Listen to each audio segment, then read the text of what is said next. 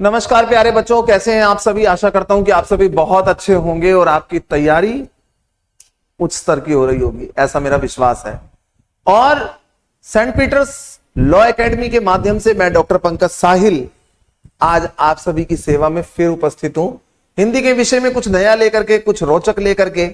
और आप देख ही रहे होंगे पिछली वीडियोस के अंदर भी कि आपको किस तरीके से हिंदी सरल लगने लगी है। जो हिंदी आपको बड़ी मुश्किल लगा करती थी वो बड़ी सरल हो गई है, बड़ी आसान हो गई है। आखिर ऐसा क्या है? तो यही तो बात है, आप देखेंगे तो आपको खुद पता चल जाएगा कि ऐसा क्या है। तो सेंट पीटर्स लॉ एकेडमी ने ही वो जिम्मा उठाया है, वो जिम्मेदारी उठाई है कि लॉ के बच्चों को तो हम रेडी करते ही हैं, क्यों ना हम बेस पकड़ करके चलें। 10वीं कक्षा से, ये 9वीं कक्षा से ही हम बच्चों को पकड़ लें, ताकि जो बच्चे हैं वो पीछे रह जाते हैं उनकी परसेंटेज अप हो जाए। मातृभाषा शिक्षण, सेंट पीटर्स लॉ एकेडमी एक ऐसा संस्थान है जो मातृभाषा के अंदर भी आपको शिक्षण प्रोवाइड करा रहा है।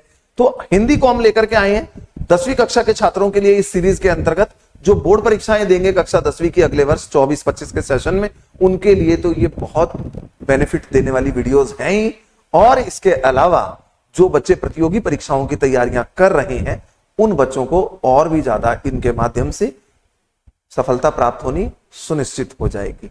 तो हिंदी में अंक कम क्यों आए, हिंदी में किस बात का है अब डर, जब साथ हैं डॉक्टर पंकज साहिल सर। तो आइए शुरू करते हैं आज की कक्षा में और जानते हैं क्या नया है, और फिर से अपने ज्ञान को अर्जित करते हैं, अपना ज्ञानार्जन करते हैं हिंदी के माध्यम से। मैं फिर आपकी सेवा में हाजिर हूं। तो आज हम आए हैं कैफी आजमी जी को लेकर के, कैफी आजमी जी की कविता को लेकर के, इनके लिखे गए एक गीत को लेकर के आपकी सेवा में। आप देख रहे हैं कैफी जी को हमारा नमन। और हम शुरू करते हैं कैफी जी के जन्म परिचय से। अतहर हुसैन रिजवी का जन्म 19 जनवरी 1919 को उत्तर प्रदेश के आजमगढ़ जिले में मजमा गांव में हुआ। कौन से गांव में हुआ बेटा? मजमा गांव में। अदब की दुनिया में आगे चलकर वे कैफी आजमी नाम से मशहूर हुए। हालांकि इनका नाम क्या था? अतहर हुसैन रिजवी। तो इस तरीके से भी कई बार प्रतियोगी परीक्षाओं में आ जाता है कि कैफी आजमी का पुराना नाम क्या था, ओरिजिनल नाम क्या था। तो आप याद रखें, अतहर हुसैन रिजवी 19 जनवरी 1919 को उत्तर प्रदेश के आजमगढ़ जिले में मजमा गांव में पैदा हुए। अदब की दुनिया में मतलब आगे बढ़ते हुए शर्मिंदगी वाली दुनिया के अंदर, क्योंकि उर्दू बड़ी पोलाइट भाषा है, और तो अदब की दुनिया में आगे चल करके वे कैफी आजमी के नाम से मशहूर हुए। कैफी आजमी की गणना प्रगतिशील उर्दू कवियों की पहली पंक्ति में की जाती है। जो हिंदी साहित्य का आधुनिक काल है उसके जो प्रगतिशील कवि हुए, जो बड़े मतलब हाई फाई कवियों में हम कह सकते हैं कि उनमें इनकी गणना की जाती है उर्दू के कवियों में।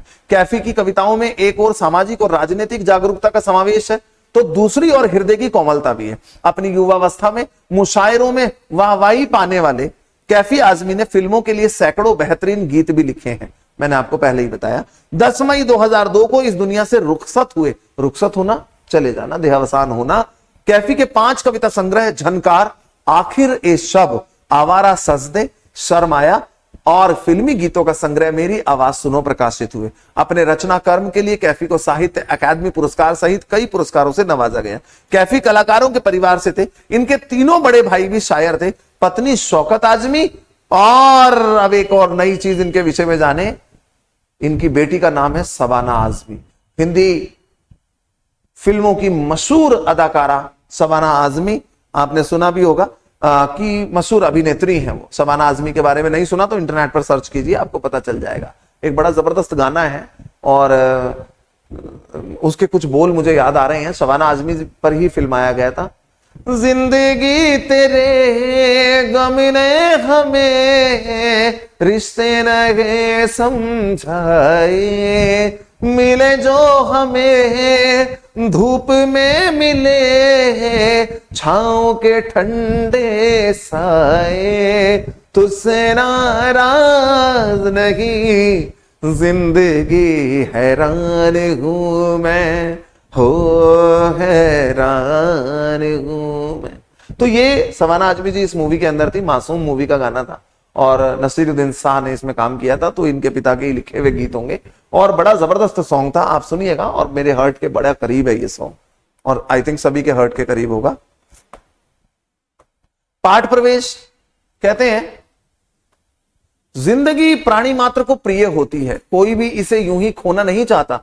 असाध्य रोगी तक जीवन की कामना करता है। जीवन की रक्षा, सुरक्षा और उसे जिलाए रखने के लिए प्रकृति ने न केवल तमाम साधन ही उपलब्ध कराए हैं, सभी जीव जंतुओं में उसे बनाए बचाए रखने की भावना भी पिरोई है। इसीलिए शांति प्रिय जीव भी अपने प्राणों पर संकट आया जान उसकी रक्षा हेतु मुकाबले के लिए तत्पर हो जाते हैं। लेकिन इससे ठीक विपरीत होता है सैनिक का जीवन, जो अपने नहीं जब औरों के जीवन पर, उनकी आजादी पर आ बनती है, तब मुकाबले के लिए अपना सीना तान कर खड़े हो जाते हैं, या जानते हुए भी कि उस मुकाबले में औरों की जिंदगी और आजादी भले ही बची रहे, उसकी अपनी मौत की संभावना सबसे अधिक होती है।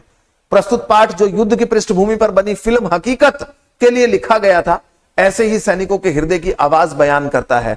1962 में चाइना के साथ हमारा वार हुआ था, इंडो चाइना वार। तो हिंदुस्तान और चीन के युद्ध में जो हमारे सैनिक मारे जा रहे थे, उन पर ही एक मूवी बनाई गई थी, एक हिंदी सिनेमा जगत के अंतर्गत एक फिल्म बनाई गई थी 1964 में। 62 में लड़ाई हुई थी और 1964 में एक फिल्म बनाई गई थी, जिस फिल्म के अंदर मुख्य अदाकारा के रूप में थी प्रिया राजवंश और कलाकार थे धर्मेंद्र। और उस मूवी के अंदर ये गीत जो है वो फिल्माया गया था और बताया, प्रस्तुत पाठ जो युद्ध की पृष्ठभूमि पर बनी फिल्म हकीकत के लिए लिखा गया था, ऐसे ही सैनिकों के हृदय की आवाज बयान करता है, जिन्हें अपने किए धरे पर नाज है। इसी के साथ इन्हें अपने देशवासियों से कुछ अपेक्षाएं भी हैं, क्योंकि जिनसे उन्हें वे अपेक्षाएं हैं वे देशवासी और कोई नहीं, हम और आप ही हैं। इसलिए आइए इसे पढ़कर अपने आप से पूछें कि हम उनकी अपेक्षाएं पूरी कर रहे हैं या नहीं। तो आइए पूछते हैं क्या लिखा है पाठ में। एक देशभक्ति गीत, अपनी मातृभाषा को समर्पित गीत, कर चले हम फिदा, आप देख पा रहे हैं स्क्रीन के ऊपर। तो कर चले हम फिदा गीत को आपने सुना होगा, जब जब गणतंत्र दिवस या स्वतंत्रता दिवस मनाया जाता है तो आप टीवी रेडियो के माध्यम से तो सुनते ही हैं, विद्यालय में बच्चे भी इस गीत को गाया करते हैं।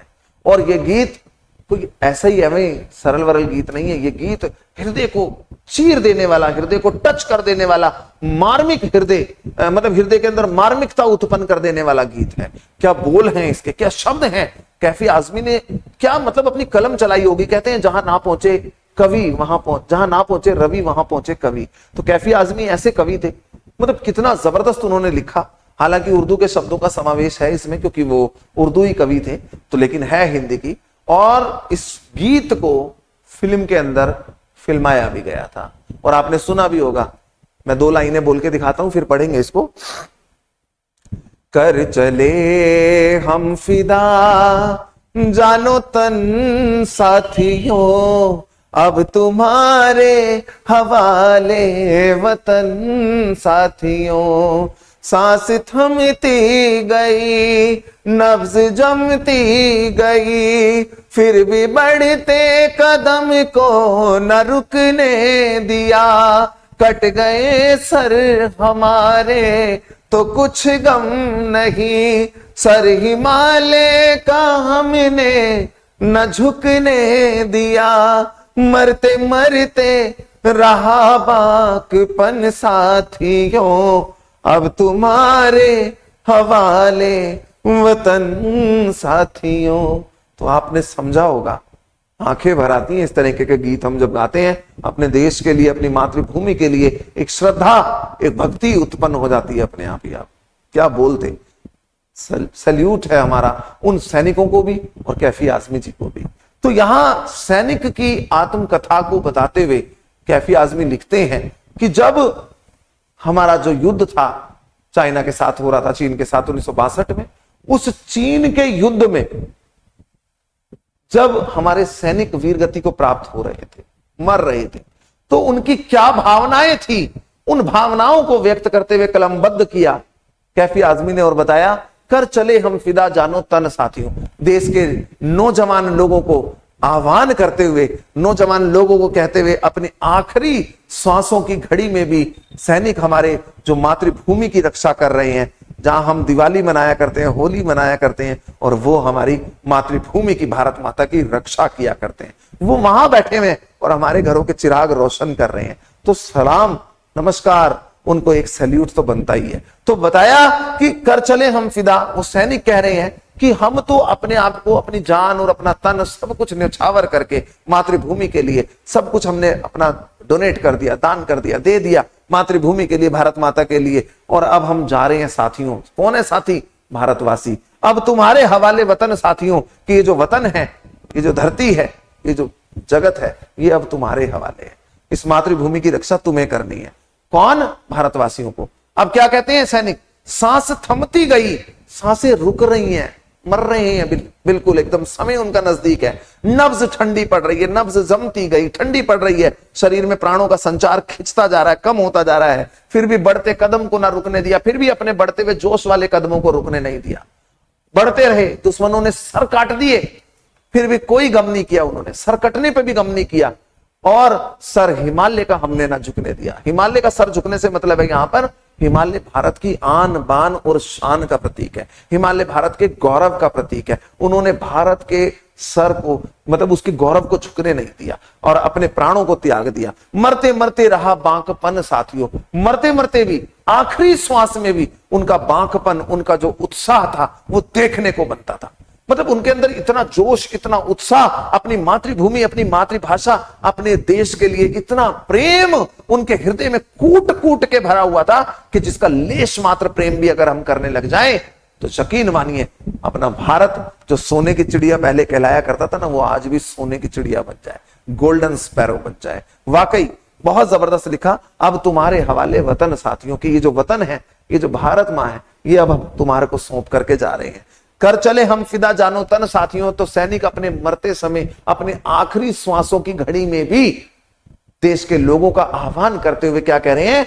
मातृभूमि की रक्षा करते हुए, हमारे जो देश की जो सीमा है वहां पर युद्ध छिड़ा हुआ है, और उस युद्ध के दौरान वो क्या कहते हैं जब वो मरने लगे कि कर चले हम फिदा जानो तन साथियों, हमारी जान और हमारा तन सब कुछ न्यौछावर कर दिया हमने मातृभूमि के लिए, और अब हम यहां से जा रहे हैं। अब तुम्हारे हवाले वतन साथियों, ये जो वतन है, ये जो संसार है, ये जो जगत है, ये मातृभूमि जो है, वो अब हम तुम्हें सौंप करके जा रहे हैं। कौन कह रहा है बेटा? सैनिक कह रहे हैं। किससे कह रहे हैं? भारतवासियों का आह्वान करते हुए कह रहे हैं। सांस थमती गई, नब्ज जमती गई, अब सांसें थम रही हैं, मौत नजदीक आ गई है, सिरहाने खड़ी है, नब्ज ठंडी पड़ रही है, फिर भी बढ़ते कदमों को वो रुकने नहीं दे रहे, बढ़ रहे हैं। दुश्मनों ने सर काट दिया, लेकिन उन्होंने अपना सर कटवा लिया, लेकिन हिमालय का सर झुकने नहीं दिया। हिमालय मतलब भारत की आन बान और शान का प्रतीक है हिमालय, उसको झुकने नहीं दिया। भारत की इज्जत पर, भारत की आबरू पर कोई दाग नहीं लगने दिया। मरते मरते रहा बांकपन साथियों, आखिरी श्वासों में मरते मरते भी उनके अंदर जो बांकपन था, रोंगटे खड़े हो जाते हैं वाकई जब इसको पढ़ाया जाता है तो।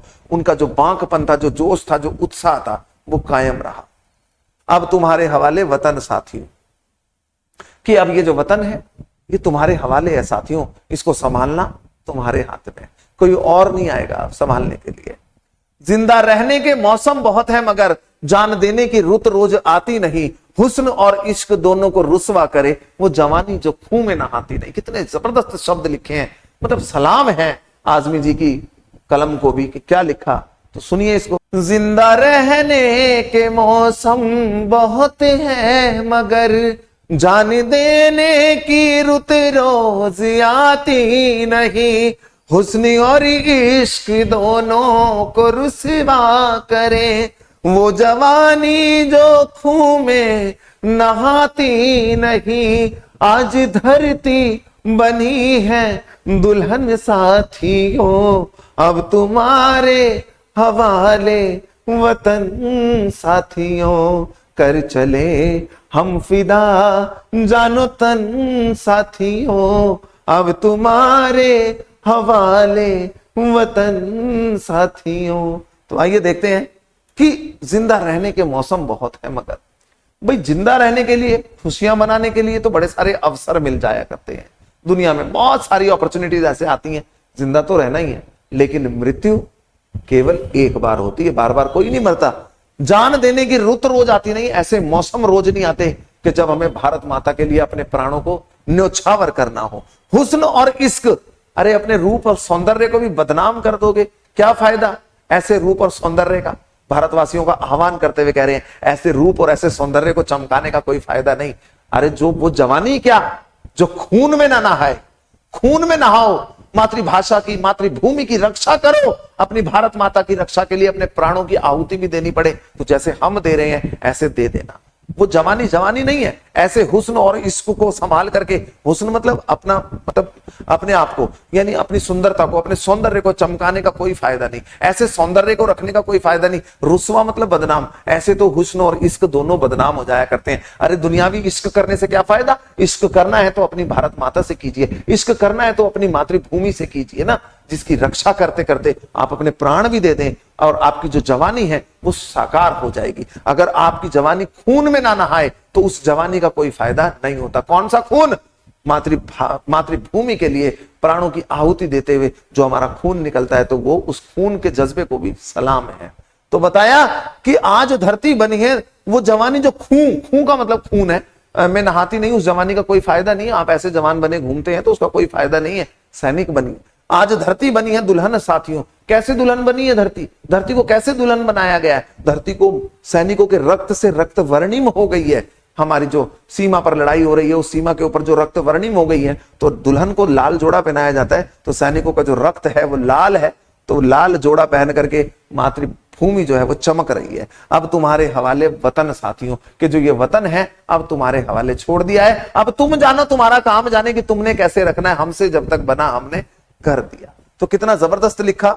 अगले पैराग्राफ में आप देख रहे हैं, स्टैंजा में देख रहे हैं, अगला काव्यांश कहता है गीत का, राह कुर्बानियों की ना वीरान हो तुम, सजाते ही रहना नए काफिले, फतह का जश्न इस जश्न के बाद है, जिंदगी मौत से मिल रही गले, बांध लो अपने सर पे से कफन साथियों, अब तुम्हारे हवाले वतन साथियों। क्या कहते हैं, गा के सुनाए? चलिए।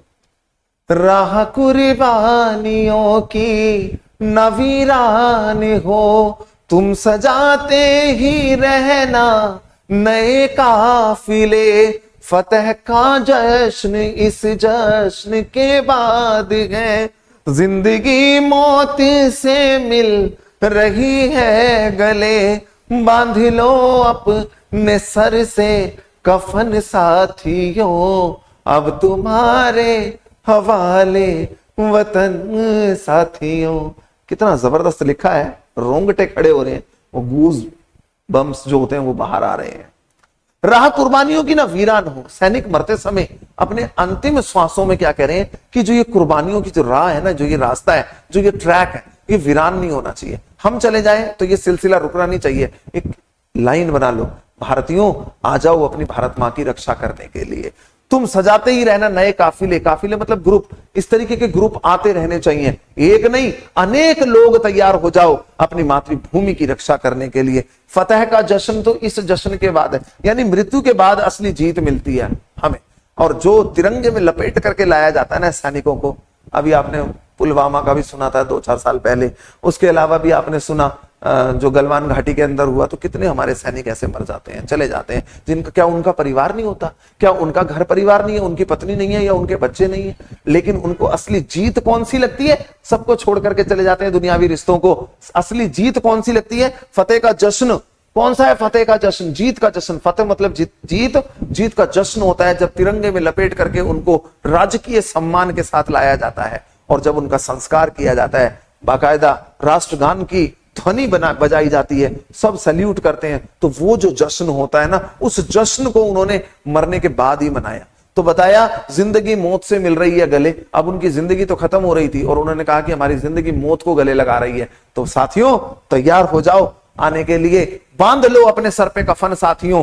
कफन बांधना सर पे एक मुहावरा है, यानी मृत्यु के लिए तैयार हो जाना, कि अब तुम तैयार हो जाओ कफन बांध करके, अब हम तो चले और ये दुनिया ये सब आपके हाथ है, आपके हवाले है, ये जो वतन है आपने इसकी रक्षा करनी है। तो आशा करता हूं कि समझ आ रहा होगा। हाँ हार्ट टचिंग तो है बेटा। लास्ट पैराग्राफ स्टैंजा, खींच दो अपने खून से, खून का मतलब फिर मैंने बताया था खून है, जमी नहीं है, एक जमा होता है एक जमा होता है, जमी जमीन को भी कह देते हैं, यहाँ जमी मतलब जमीन के लिए ही आया है यहाँ पर। एक जमना मतलब फ्रीज में फ्रीज कर देना भी जमना होता है, तो यहां पर है खींच दो अपने खून से जमी पर लकीर, इस तरफ आने ना पाए रावण कोई, तोड़ दो हाथ अगर हाथ उठने लगे, छू ना पाए सीता का दामन कोई, राम भी तुम ही लक्ष्मण साथियों, अब तुम्हारे हवाले वतन साथियों। कितना जबरदस्त बोला, खींच दो अपने खून से जमी पर लकीर, इस तरफ आने पाए न रावण कोई, तोड़ दो अगर हाथ उठने लगे, छू न पाए सीता का दामन कोई, राम भी तुम ही लक्ष्मण साथियों, अब तुम्हारे हवाले वतन साथियों, कर चले हम फिदा जानो तन साथियों, अब तुम्हारे हवाले वतन साथियों। तो बताया कि जब सैनिक जा रहे हैं तो वो क्या कह रहे हैं कि जब मरने लगे तो अपने जमीन पर खून से लकीर खींच देना। जो अपनी मातृभूमि की रक्षा करते हुए अपने खून से रक्त की एक लाइन खींच दो, जिसको लक्ष्मण रेखा बोला गया, कि लक्ष्मण जी ने रेखा खींची थी माता सीता के लिए कि आप इससे बाहर मत निकलना भाभी, अगर आप बाहर नहीं निकलोगे तो आपको कोई छू नहीं पाएगा। लेकिन माता सीता तो बाहर निकल गई थी, वो भी एक था दौर, और उसको रावण ने छल से बल से और भिक्षा मांगने आया था और ले गया था हरण करके। तो फिर उसके बाद तो रामायण का आपको पता ही है।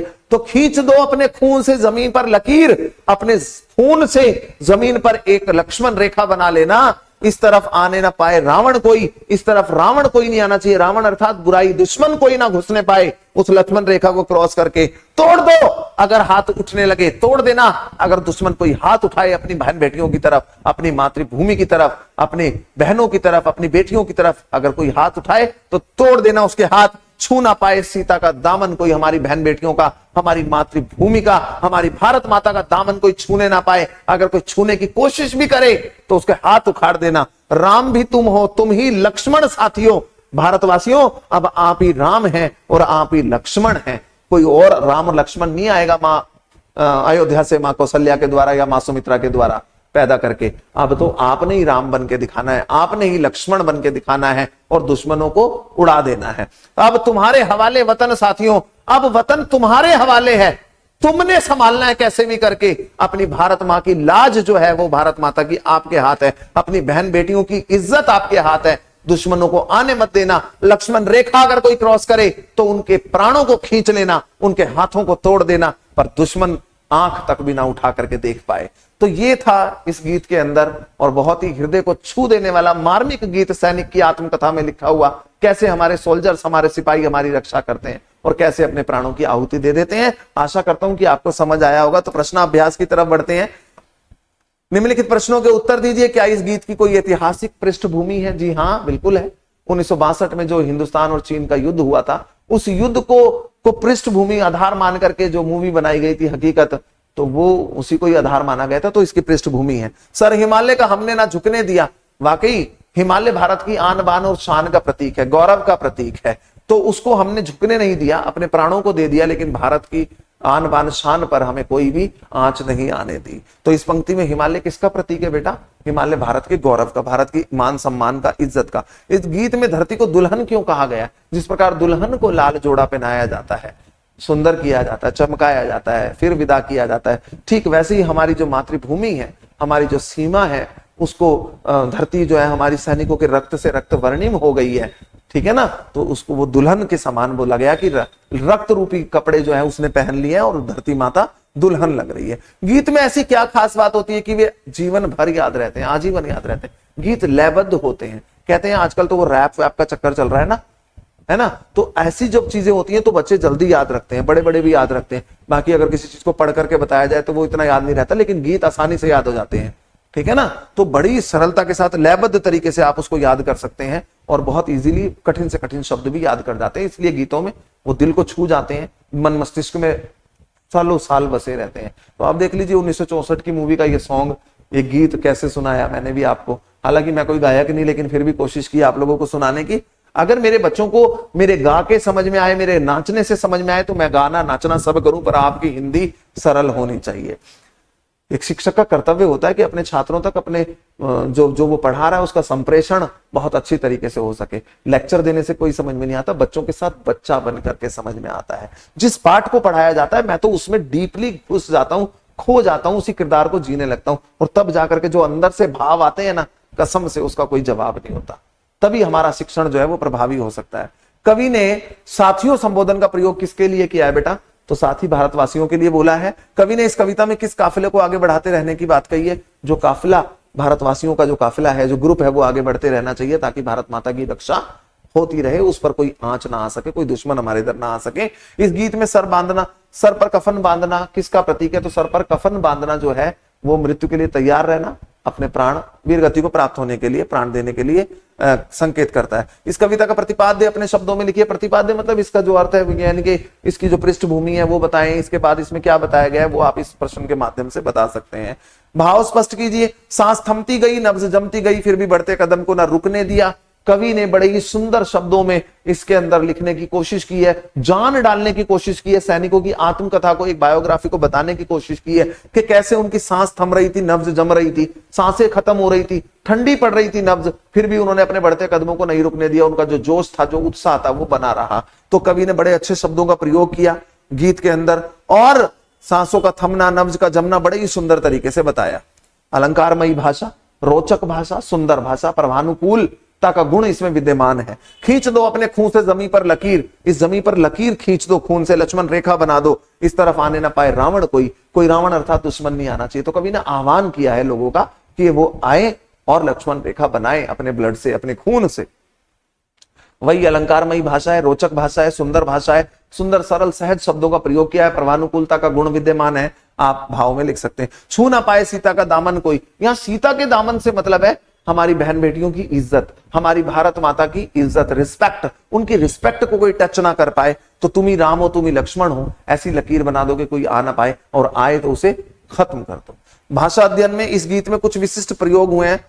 गीत के संदर्भ में उनका आशय स्पष्ट करते हुए अपने वाक्यों में प्रयोग कीजिए। कट गए सर, नब्ज जमती गई, जान देने की रुत, हाथ उठने लगे। तो कट गए सर, हमारे तो कुछ गम नहीं, सर कटना यहाँ पर यानी मृत्यु को प्राप्त होना, और नब्ज जमती गई, नब्ज ठंडी होती गई। अपने वाक्य आप बनाइए, और जैसे मरीज की नब्ज जमती चली गई, जान देने की रुत रोज नहीं आती है, तो सैनिकों के विषय में ही हम कह सकते हैं कि जान देने का मौसम जो है वो डेली नहीं मिलता, वो तो एक ही बार ही आएगा, मृत्यु एक ही बार होती है, इसलिए हमेशा याद रखें। हाथ उठने लगे, अगर हमारी भारत की तरफ किसी का हाथ उठे, हमारी बहन बेटियों की तरफ हाथ उठे, तो उसके हाथ को तोड़ दो, यहाँ रावण के अर्थ में आया था। ध्यान दीजिए, संबोधन में बहुवचन शब्द रूप अनुस्वार का प्रयोग नहीं होता, जैसे भाइयों बहनों, यहां पर बिंदी नहीं लगेगी बेटा, ये बहुत इंपॉर्टेंट चीज है। संबोधन में जब बहुवचन आता है, भाइयों, आजकल आप ऐसे लिख देते हैं, ध्यान से समझिए, मैंने देखा है बच्चे ऐसे लिख देते हैं, है ना, ये बिंदी आ जाती है। बहिनों,